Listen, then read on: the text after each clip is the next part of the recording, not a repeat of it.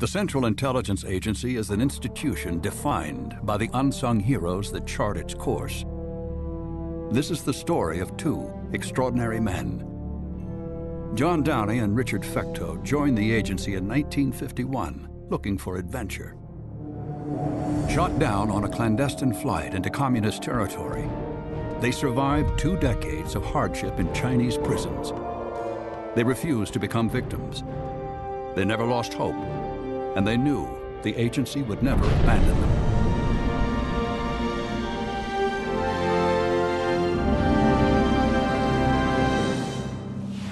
It's a story that lay in the recesses of institutional memory until it came to the attention of the director of Central Intelligence, George Tenet.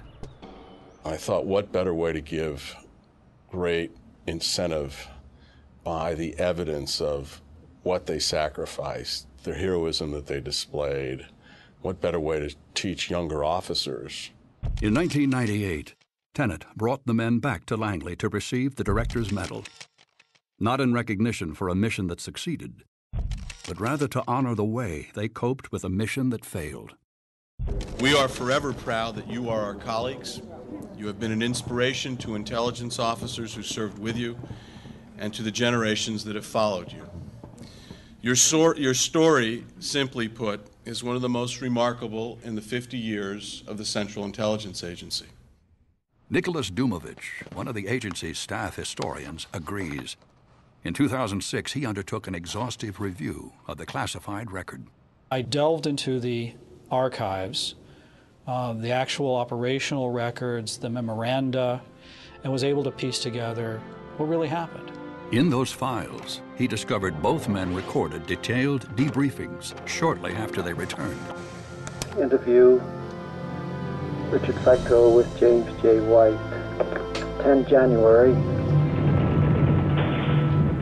The story of Fecteau and Downey opens in 1951 at the height of the Korean War. U.S. tanks crossed the 38th parallel pushing north. The first engagement of the Cold War had turned red hot. That summer, hundreds of graduating college seniors across America saw the CIA as their way into the fight. Korean War broke out in June of '50, and you might say my generation, my little narrow post-war generation, that was our war, and it was something that we had to deal with. We were all gung-ho. We thought, this is it. We're going to get something done. It's something important.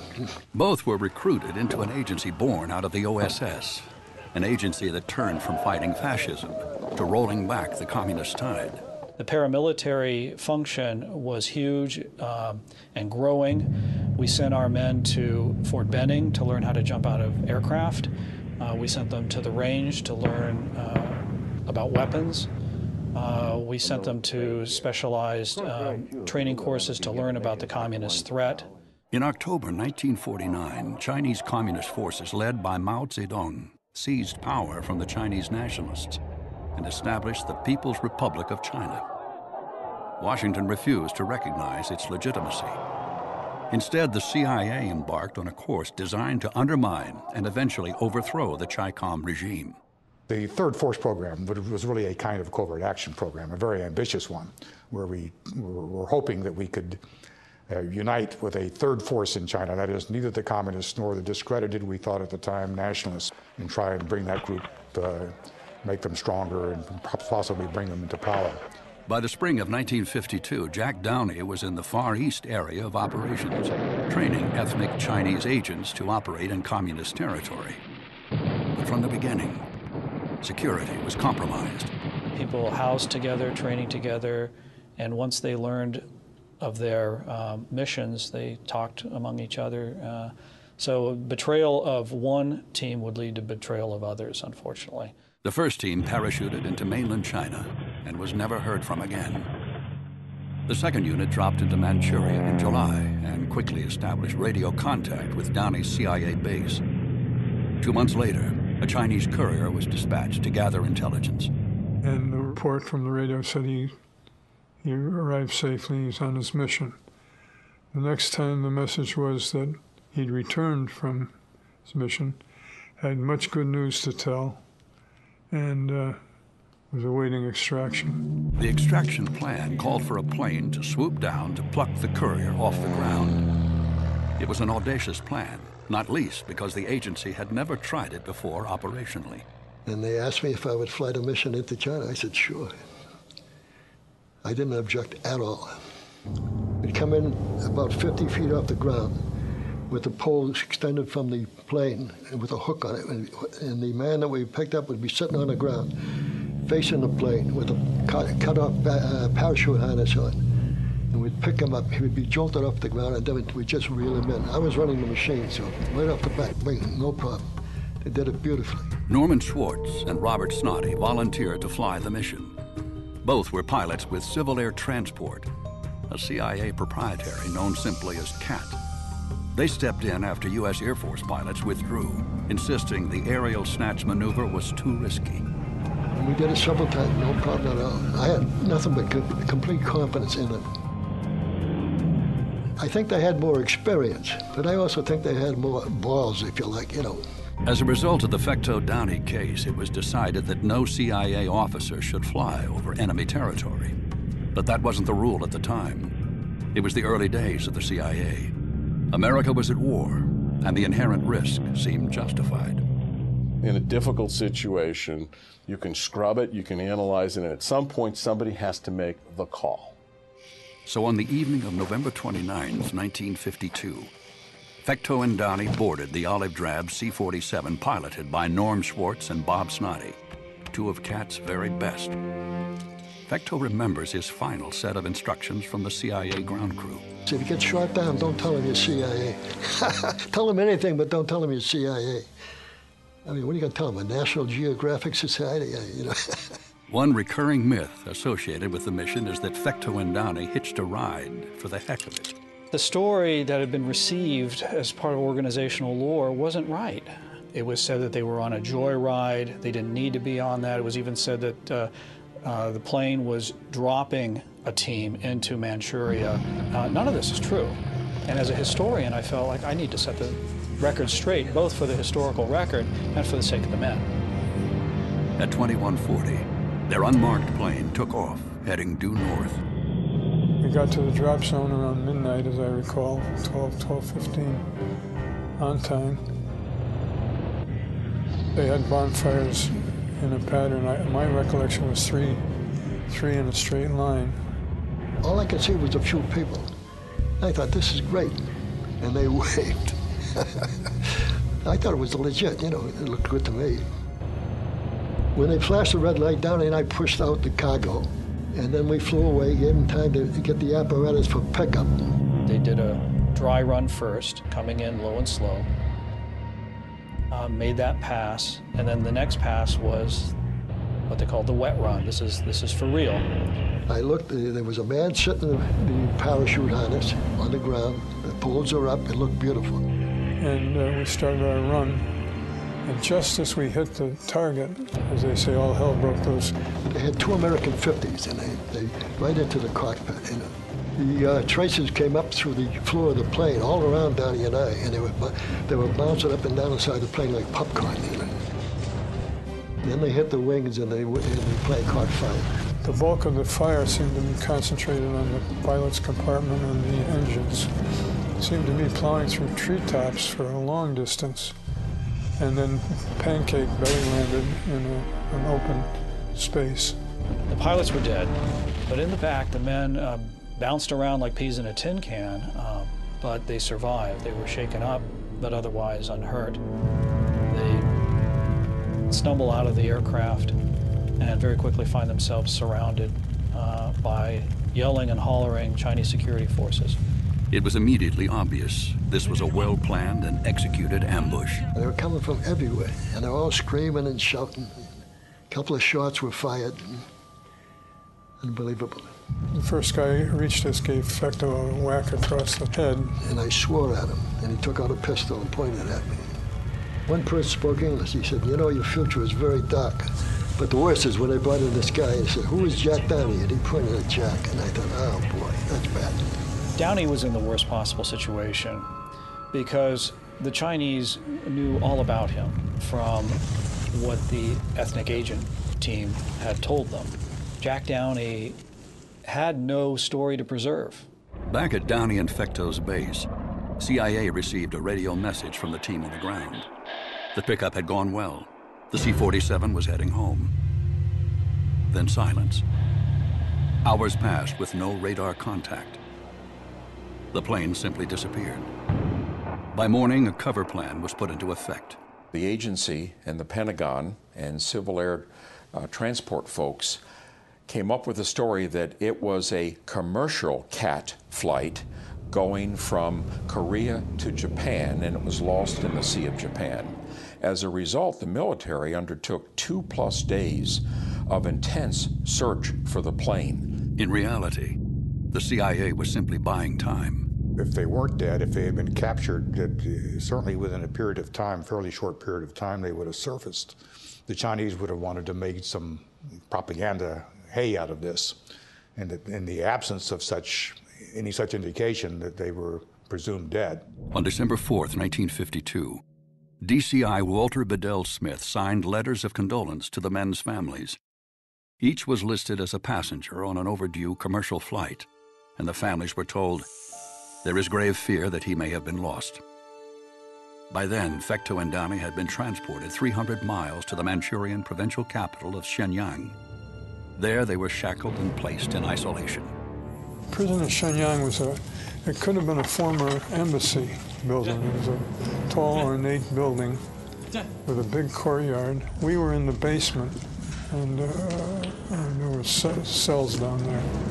We were alone, tightly guarded, and we wore ankle chains for the first 11 months, something like that. You can feel pretty lonely in solitary confinement. They said, we can do whatever we want with you. The Geneva Convention does not include you. Nobody knows you're alive. They kept repeating it for 2 years. No one knows you're alive. We haven't decided what to do with you yet. And of course, I knew they were right. The Chinese demanded both men confess their crimes. More ominously, they wanted names and places and operational details. Initially, Downey tried to maintain cover, but with inadequate training, he was not prepared for this ordeal. I found it very difficult to keep track of my false story. I was giving all kinds of stories and using false names, and I'd forget which name I'd given to which guy. That was tough because I didn't know what he was saying, and he didn't know what I was saying. I never saw him again until 2 years later. The interrogation lasted up to 20 hours a day. Both men forced to stand until they collapsed. Sleep deprivation was part of the ordeal. No more than a half hour at a time, in a remorseless cycle that went on for weeks. Jack Downey felt totally alone and scared. There was no end to what I was facing. I mean, there was no, if I can hang on for a week, I'll be okay in a week, or the war's going to be over. There was nothing. I was facing an indefinite period of incarceration, and there was no way I could get out of it. I think it was the 16th day, by my count, I admitted I was in the CIA. Remember, I burst out crying at the time. He remained haunted by the feeling he'd betrayed the agency, a view rejected by those who came to understand what he'd endured. He didn't know whether he was going to live, die, had no idea what was going to happen to him. And so from the perspective of, look, the people that had betrayed him had already given up the whole. He didn't give up anything that hadn't been given up. I mean, he was in jail because people had compromised the program. He comported himself as a hero, in my view. Dick Fecteau took a different approach. The Chinese agents didn't know him, so he created a story that shortened his time at CIA and allowed him to withhold vital information. I kept going over it and over it in my mind. Once I got the story straight, I memorized it, so I could remember no matter how many days the interrogation went on, I could come up with what I said. He knew they wanted names, so he gave them names and physical descriptions of the Boston University football team. I gave the names of the football team, and I said, hey, I can get away with stuff here. Sometimes I couldn't. Sometimes I'd get ahead, they'd say, Chanchilai, stand up, and they'd make me stand for hours, then put me down again. But I got away with a few things. I didn't get any names for me. It made life worth living in that lousy place. The CIA still had no idea the men were alive. In 1953, as the first anniversary of the loss of the C-47 approached, the agency wrestled with the right course for Jack Downey's widowed mother and Fecteau's new wife, Joanne, and his twin daughters from a previous marriage. As this happened in 1952, the agency's about 5 years old, and it had absolutely no experience with anything of this magnitude. With no evidence that the men were alive, the new DCI, Alan Dulles, wrote to the families, notifying them that their loved ones were presumed dead. Part of the thought process was that it might be more advantageous to the families to declare the men dead and pay the insurance proceeds. I think people understand that you made a decision based on the information you had at hand. You made a reasonable assumption of what the circumstance was. You had some obligation to try and come to some closure with the family, and you did. But the family's closure was an illusion. Half a world away, the men were enduring incredible hardship. By the spring of 1953, they were moved from Shenyang to Beijing. There, they each remained in solitary confinement, a disconnected world defined by sensory deprivation. Overhead, a single bulb burned day and night.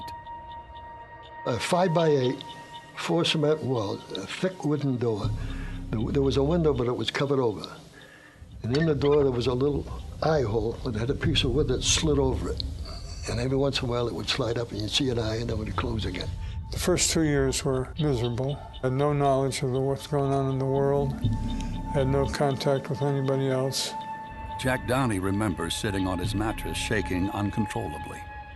This was the closest he came to a mental breakdown.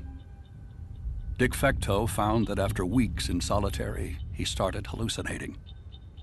For a while there, I had the feeling that the walls were moving in on me. And then one day I'm sitting against the wall, and I put my foot out, and I measured the distance between my foot and the wall. That phenomenon went away completely, and it never happened again. Then there was a voice. I'd wake up in the middle of the night, and I could swear there's somebody at the door saying, "Hey, Dick, hey, Dick." And I actually went over to the door a couple of times and said, "What?" Who's there? And there was no answer. I thought, oh my God, I'm imagining things. This is awful.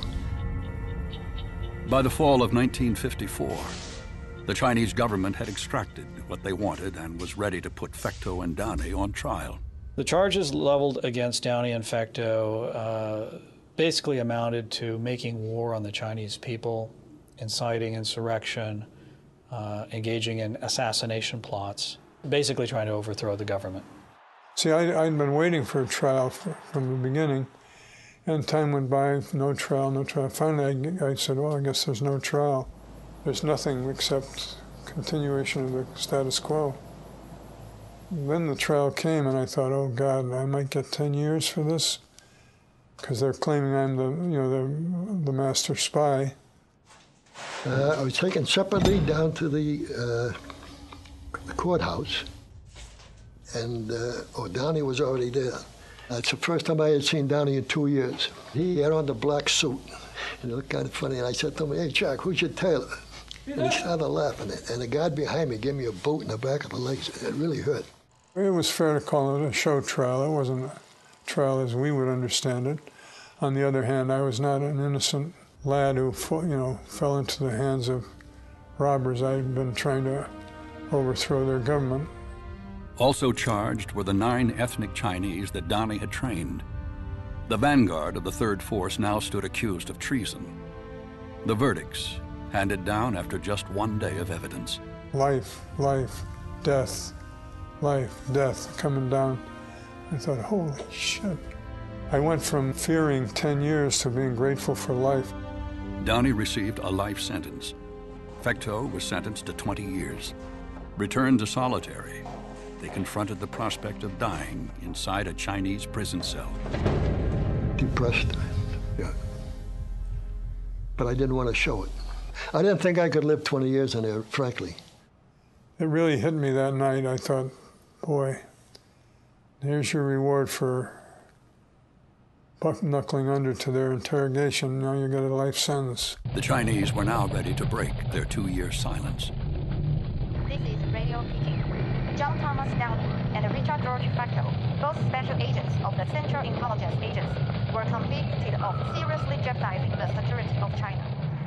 Suddenly, we learn from the new China news agency through a broadcast that there's been a trial and that Jack Downey was sentenced to life. Richard Fecteau was sentenced to 20 years in Chinese prison. That changed the game completely. Downey and Fecteau pled guilty because they knew essentially they were guilty. The Chinese had caught them red-handed, so to speak. And it's interesting because it mirrors the discussion within the U.S. government at the time when it was mooted that maybe we should try to get these guys out through a commando raid or something like that. In the government, in the U.S. government, it was expressed, well, you know, the Chinese got the goods on them. There was no appetite for a major diplomatic offensive to secure the men's release from a Chinese government Washington refused to recognize as legitimate. After the loss of more than 30,000 American lives, the Korean War was finally over. But Communist China still held Americans in uniform. Pressing the case of 2 convicted spies might jeopardize their chances for release. The CIA ran out of options. We worked with the State Department, with the Department of Defense, and with a number of other agencies that had contact with the Communist Chinese. Nothing was going to work. There was the immediate issue of preserving cover. Washington's official position was that the men were civilian employees with the U.S. Army. But letters of condolence had been sent on CIA letterhead and signed by the DCI. Those letters had gone to more than 24 people ultimately, not by design from the DCI, but because lawyers got involved with the settlement of affairs, executors got involved, family members got the letters, bankers, several bankers, because the families had to settle all of these affairs using these letters of presumed death.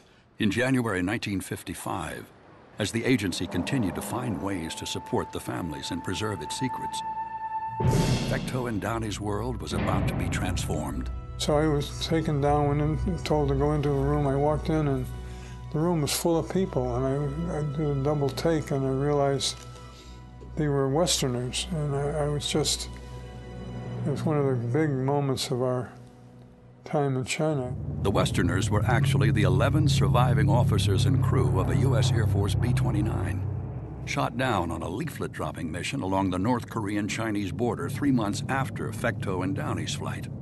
The B-29 crew was also tried, but since they were considered combatants rather than spies, they received significantly shorter sentences.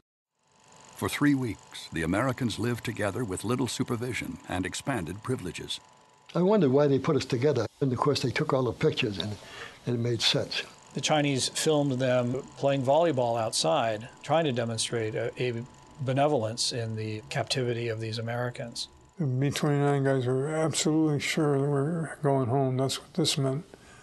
I wasn't about to agree to that. I still kept my fears. The guards encouraged Downey and Fecteau to believe that the release of one group would result in the release of all. It wasn't true. But the Chinese weren't alone in separating the crew of the B-29 from the case of the 2 CIA officers. A decision not to include Downey and Fecteau in the general release of military prisoners because it was thought on the part of the U.S. government that if we insist on including Downey and Fecteau, the civilian, the CIA people who were essentially guilty as charged, that we could put at risk the entire prisoner release. And so they weren't included. 11 weary men trudged the last few yards after 2.5 years of captivity and torture in Red China.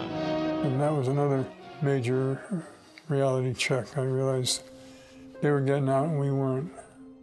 Thrown back into solitary, Downey tried to be upbeat, tried to take solace from surviving just one more day, or week, or month, or year.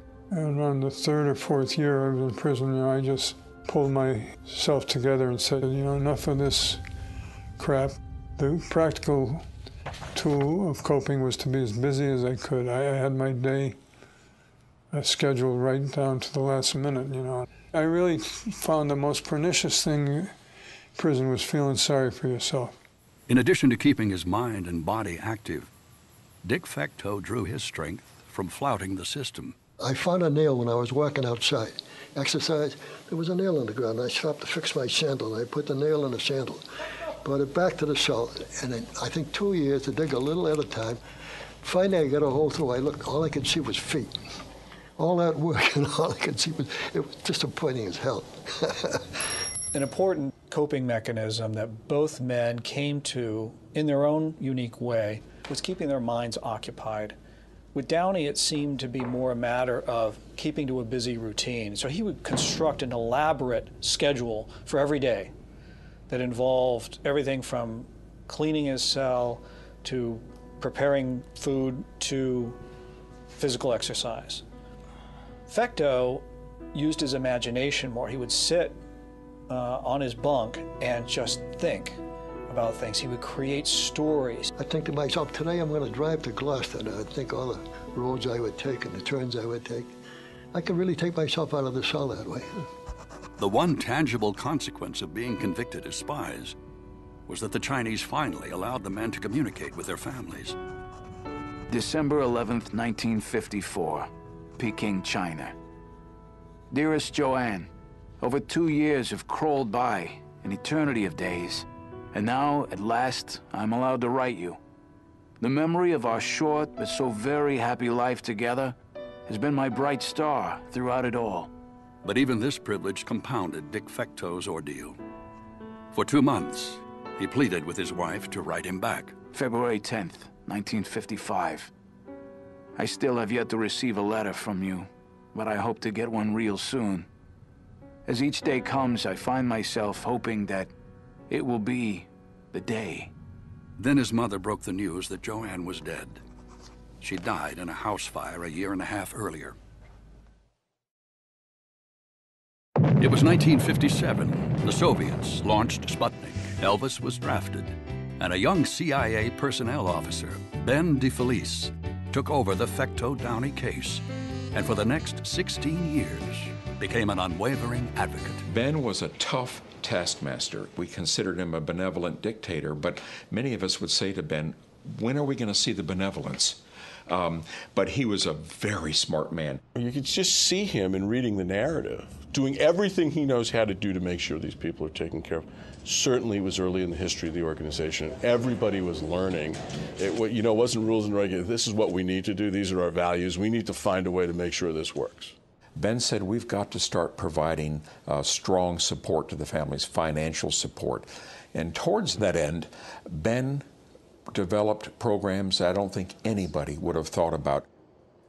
Through trial and error, DeFelice and others finally hit on the idea of investing Fecteau and Downey's salaries in a financial institution used for covert transactions. This way they could use the cover to build a nest egg without disclosing their identity or affiliation. Well, they felt strongly that we needed to go right to the director of the agency on something as serious as this.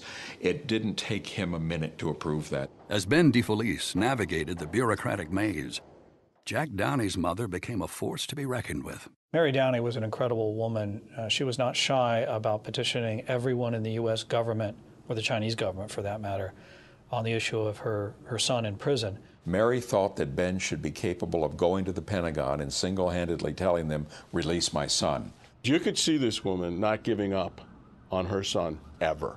Probably not atypical of strong Irish Catholic families, and she could have been my Greek mother. I mean, that's how tough she was. When the opportunity presented itself in 1958 to go to China and visit her son imprisoned, at first the U.S. government tried to dissuade her, talked about the problems of even issuing her a passport for the trip. The State Department eventually relented, said that this is not an official trip, but as a humanitarian mission, we will pose no objection. The CIA even found a way to covertly pay for the trip that included Mary Downey, Jack's brother Bill Downey, and Dick's mother, Jessie Fecteau. And I was, of course, thrilled to see her, and my brother was with her. And thrilled to be able to put her mind at ease that I was okay. CIA had briefed the mothers in advance that it would be unwise to talk politics. Certainly it would be disastrous to criticize the Chinese government. They said, you can talk about your crime to your mother, and you can tell her about that, And I figured they're going to use this for propaganda, big time. He came into my cell and said, "Your mother is here to see you." I said, "What?" He said, your mother's here to see you. We're taking her out to see your mother."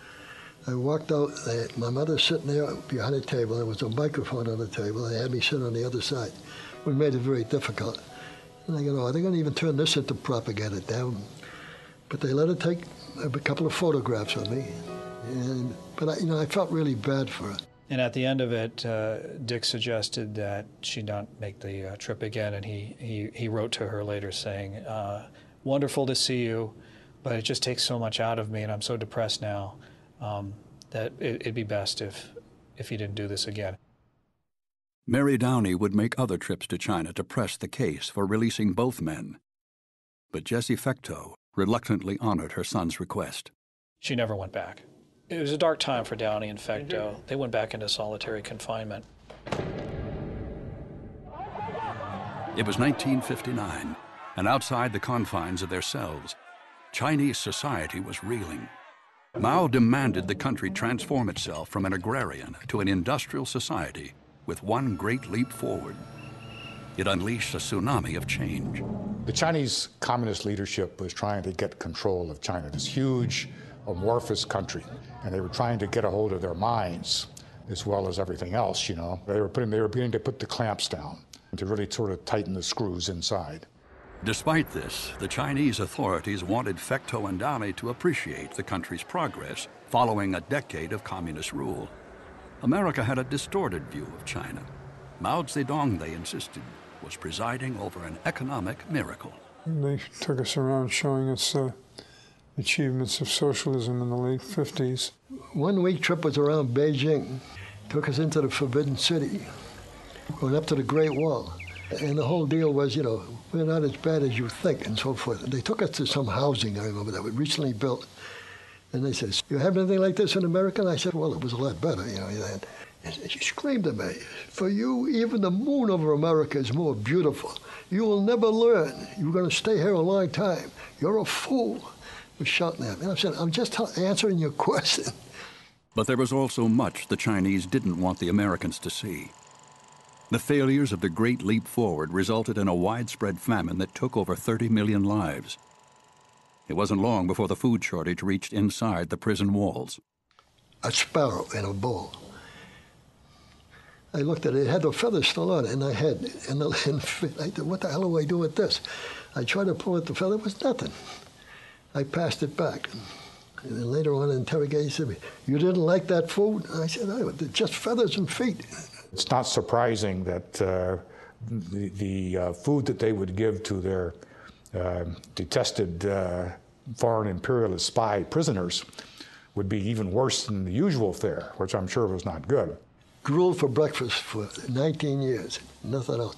In the following year, sometimes they put some pieces of sweet potato in it, but that was it.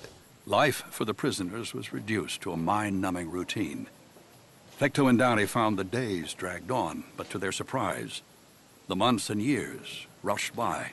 One thing that I'm struck by is that there's a lot of detail about what happened to the men from the time of their crash in Manchuria through those early years. And then things seem to settle into a long, almost featureless horizon. The news they received from home was heavily sanitized. The positive redacted, the negative emphasized. The CIA officers were sleepwalking through one of the most turbulent decades in American history. The assassination of President Kennedy, they came in and told me about that, and the Kent State riots. That was it. The whole of the United States could have been underwater. I wouldn't have known it. They put a man on the moon, I had no idea. I got that when I came up. They were forced to listen to the Chinese view of the world broadcast on Radio Peking. This is Radio Peking. We begin our program with a quotation from Chairman Mao Zedong. The news was heavily controlled by the communist government, but by the mid-1960s, it brought word of a new war that would impact their lives. Here are the headlines of today's news. The South Vietnam Liberation Armed Forces in Nambour have wiped out large numbers of enemy effectives. On September 20th, 1965, U.S. Air Force Captain Philip Smith's F-104 took off from Da Nang, heading out over the Gulf of Tonkin. It was to be his last combat mission. Chinese radar picked him up when he strayed into their airspace over Hainan Island. Radio Peking announced his shoot-down and capture. The Army and people shot down intruding U.S. gangster planes on Thursday. 14 months later, Phil Smith was transported to the same prison where Fecteau and Downey were being held. Smith was in solitary, but Downey wanted to assure him that he wasn't totally alone. Downey was out mopping the hall, and he came by my cell, and he started whistling the Air Force song, "Off We Go in the Wild Blue Yonder." And he was doing it where I could hear and understand, and my, what a uplift that was. The CIA men were subjected to an intense daily program of political re-education. By now, Fecteau had a Chinese cellmate named Maha, who they suspected was spying on them for the Chinese. Initially, the Americans feared they were being brainwashed, but quickly came to feel that was a myth.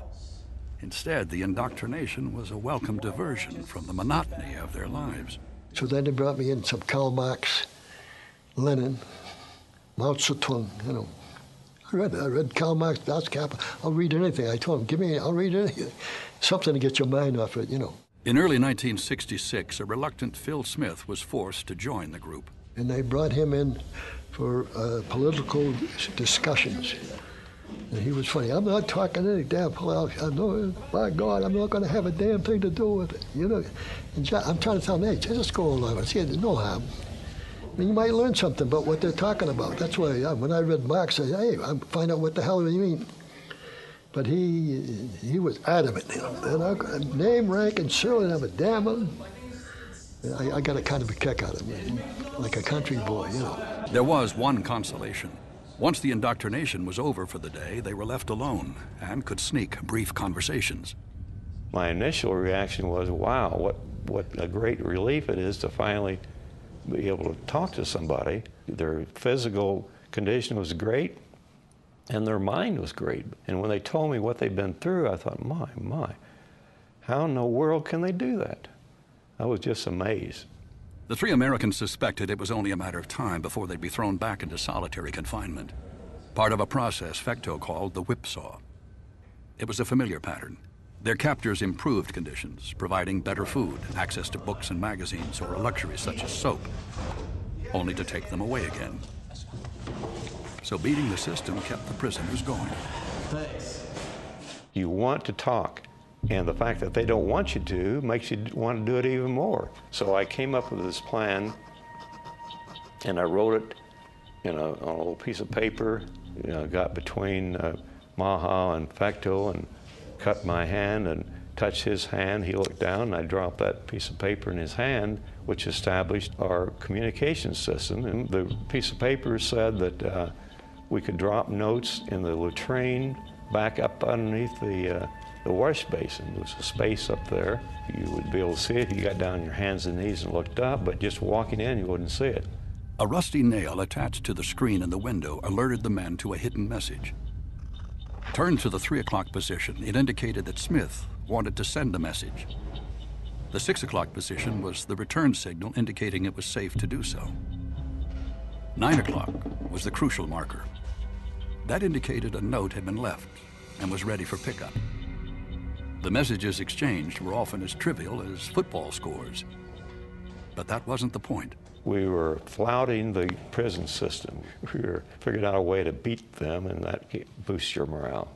Outside the prison, China was going through another revolutionary spasm. In 1966, Mao initiated a radical program of political purification. The Cultural Revolution was the most chaotic period of all in the history of the Chinese Communists in power up to this very day. It started because Mao feared the people had lost their revolutionary fervor, and Mao had given too much of himself to this. He was determined not to let this happen. These young Red Guards, as they were called, ran rampage all over China. The cadres around the prison were overthrown, and some of the rank and file took their places. The interpreter, whom we all hated, she was overthrown, and she was being denounced out in the courtyard.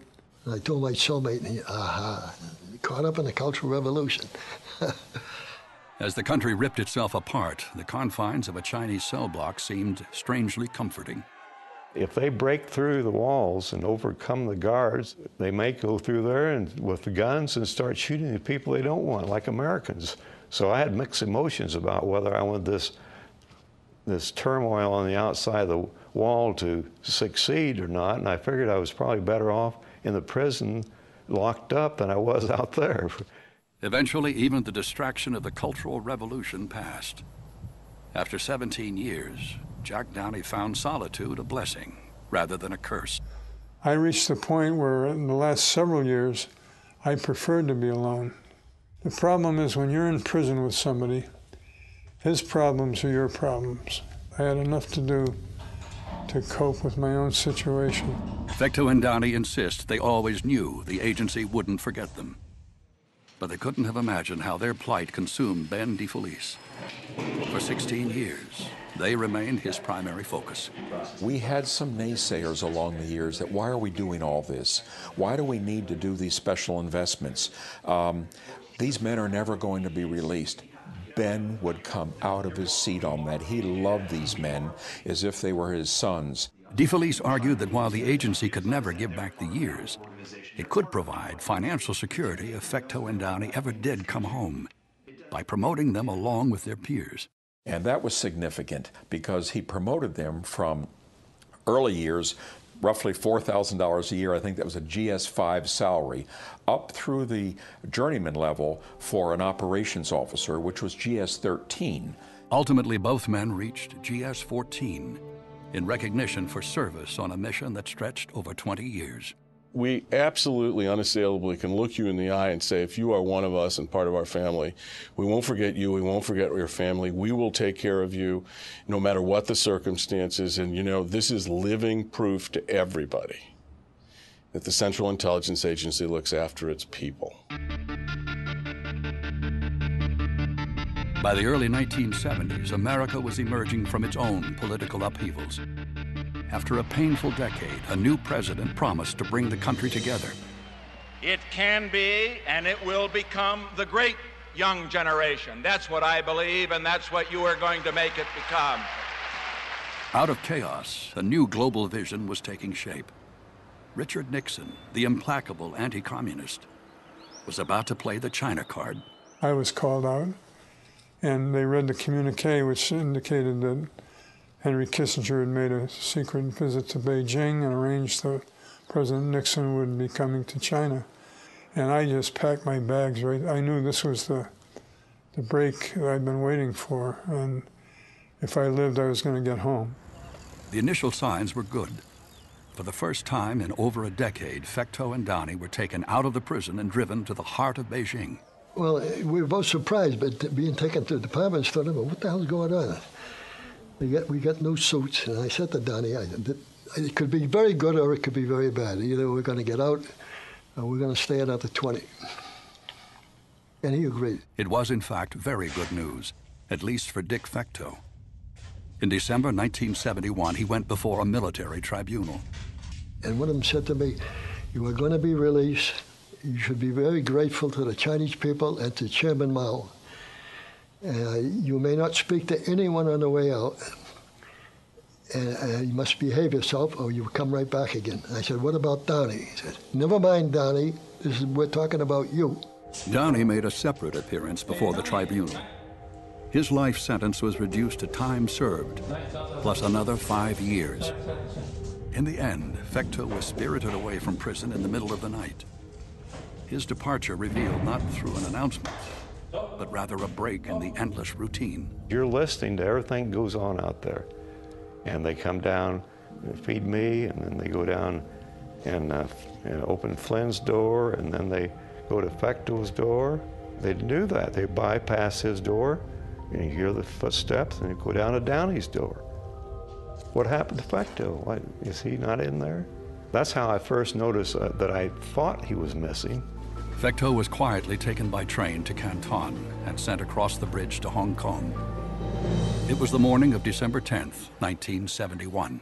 For someone in 1971, an American, to cross the Lovu Bridge in a Mao suit and to pop up out of nowhere would have been really quite an eyeful, really quite amazing and quite unusual. It would have raised some eyebrows.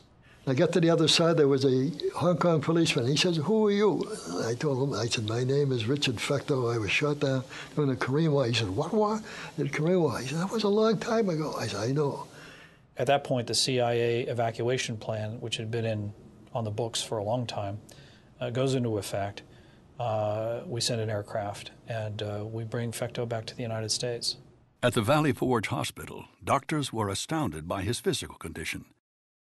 But at first he was withdrawn, found it difficult to hold extensive conversation or displace emotions. 20 years in captivity had taken a toll. How about seeing my daughters? There were 2 when I left. Now there are 22. That was tough. Tough for them, too. Tough for my parents. My mother especially. Fecteau reluctantly undergoes a media event, a press conference at the hospital at Valley Forge. I didn't want to see the press at all. Somebody came in and said, "Do us a favor and just go out and talk to them." I walked down and I looked at these reporters. Were guys with beards or guys with crazy hairdos, funny, strange clothes. And I thought it was like being on Mars. I'm looking around, where is this? His overwhelming concern was to avoid saying anything that would adversely affect his friend Jack Downey, who was still being held by the Chinese. I appreciate your interest, but I don't care for a press conference at this time. I'm in good health, but I'm a little tired of being questioned, and I'd like to take a little rest on that. He refused a number of thrusts from the outside world. Tell your story. We'll pay you very significant sums. Write a book. Tell us what happened. Dick never did that. He was not willing to jeopardize Jack's treatment or release by simply writing a book. 2 months later, on February 17, 1972, President Richard M. Nixon made his historic visit to Beijing. This staunch anti-communist had pulled down the bamboo curtain. Even the prison guards sensed that history was being made. They brought in a TV from someplace, and we watched Richard Nixon on the TV, which gave us a great boost to know that the U.S. and China were talking. And if he was actually in Peking, and we were too, and everybody knew it, I thought, well, maybe he was going to be able to pull some strings. Nixon met with Mao, the diplomatic prize that may have helped him win re-election, but not the release of Jack Downey. The Chinese demanded one final act of contrition. The Chinese wanted their adversaries to come clean and to tell them and the world that which they already knew, that these 2 people that they had been holding all these years really were CIA spies. Finally, on January 31st, 1973, Nixon called a press conference to announce a peace treaty had been reached with the North Vietnamese. American boys were finally coming home. The war's over. Many Americans paid a very high price to serve their country. In a remark buried at the end of the press conference, Nixon finally came clean. He was asked if Downey would come home with the rest of the POWs. Downey is a different case, as you know. Downey involves a CIA agent, and we have also discussed that with Premier Chou En-lai, that we feel that would be a very salutary action in his part. Nixon spoke over the heads of the reporters to an audience 7,000 miles away. It wasn't an absolute confession that Downey had been CIA all along. It said there was a CIA connection, and that complicated the case. It was enough for the Chinese. There was a lot of second guessing, especially in the now East Asia division by operations officers who had grown up with these 2 men about, we should have declared this years ago, they would have been released. I don't believe there was any proof that had we done this, that it would have resulted in their release. But there was great discussion about it. You read this story, you'd say, well, we should have given it away at the beginning and got the men out. May not have made a difference. May not have made a difference. This may have been just about time, politics, the opening, Kissinger, ping-pong diplomacy. May have had nothing to do with it. 20 years of back-channel diplomacy and official denials had given way to the subtlety of saving face. On February 21st, 1973, A triumphant Richard Nixon made a call to Jack Downey's brother, Bill. Hello, Mr. President. Mr. Downey? Yes, sir. I just had a conversation with Dr. Kissinger, and we have some good news for you. In his talk with the Chinese officials, they have said that at the end of this year, positive action will be taken and that your brother will be released. And I wanted you to tell your mother, I understand she's not well, that I wanted her to get the news before she heard it on the television. In fact, it was Mary Downey's stroke that helped break the diplomatic deadlock. The Chinese now had a reason for clemency. 2 weeks after Nixon's call, Jack was alone watching a ping pong game on Chinese TV when a guard came in. He said, Downey, I have good news for you. You're going to be released. Our government has agreed to release you, send you home. He said, you better get back to your cell and get your things together, he said, because when it happens, it's going to happen very quickly. And I said, well, you know, if it's all right with you, I'd like to see the end of the ping pong match. And he was somewhat disconcerted by that. I had my expectations extremely tightly controlled by that time. I never had any vain hopes about anything. But this time, optimism would have been justified. On March 12, 1973, after 20 years, 3 months, 14 days, John Downey began his long journey home. Like Fecteau, he was released on the communist side of the Hong Kong border. The world was waiting as he crossed into freedom. There was this British police officer standing on the other side, and he threw me a salute like I'd never seen before, and in fact never seen afterward either. My one time I was saluted, and it was just a real thrill. I knew then I was back with friends. But he was also back with journalists anxious to probe his CIA connection. Well, I know I don't feel I can discuss my mission, and I realize that's an interesting question, and I hope you'll bear with me. I just feel that the answer to such questions would have to come from some other source. Downey found it hard to relate to his contemporaries. In his mind, he was still a 24-year-old on the threshold of his adult life. Weeks after the first arrival home, the odd thing was a feeling of somewhat of depression. As though this is all there is. Even though both Fecteau and Downey were now safely back home, neither wanted to relive the experience. They both refused offers to tell their story. They wanted to move on. The CIA was ready to have them back. But the excitement and adventure had lost its allure. We had offered them their old jobs. Downey, I think, put it very well when he said, you know, I just don't think I'm cut out for this kind of work. Both wanted to retire from the agency. But even after receiving credit for previous government employment, their debriefings and consultations after their return, and for all the vacation and sick leave they had to forfeit during their captivity, their accumulated service left them just 1 year short of the 25 years they needed. But then, for one last time, Ben DeFelice came to the rescue. He was ecstatic when we came in that next morning and said, I found a way, I found the way, I know we can do this. He found that for POWs in the military, almost always they would allow a year's reorientation leave. And Ben said, we can do that for our guys. And he did. He gave them each a year. And with that, both men retired from the CIA. But neither slipped quietly away. Dick Fecteau was surprised when he didn't qualify to be a parole officer because of the time he spent in prison, even though that time was spent in a Chinese prison while serving his country. But he was honored when Boston University invited him to return to his alma mater as the assistant athletic director. He also reconnected with his first wife that he had divorced. She had kept a flame going for him all the time, and they eventually got remarried. John Downey received a law degree from Harvard. He fell in love with a Chinese American, born just a few miles from their Manchurian crash site. He returned to Connecticut, where he served as a respected judge. Both men ensured their lives would not be defined by the confines of a Chinese prison. The agency moved on as well. Their story could have remained buried if not for George Tenet's decision in 1998 to award both men the Director's Medal. You ask people for a lot. You ask of them a great deal of sacrifice, sometimes at risk. In the world we live in, great risk, and it's important for them to know that the foundation of history that we're built on, these are our values, and we're going to stick to them. I know that I speak for everyone in this room and everyone in this agency when I say welcome home to Jack Downey and to Dick Fecteau, two great heroes of the Central Intelligence Agency. We're so happy that you're home with us today. I know in my heart that it means that this is still my outfit, and it always will be. I want to pay my respects and tell you how proud I am to be one of you. Thank you.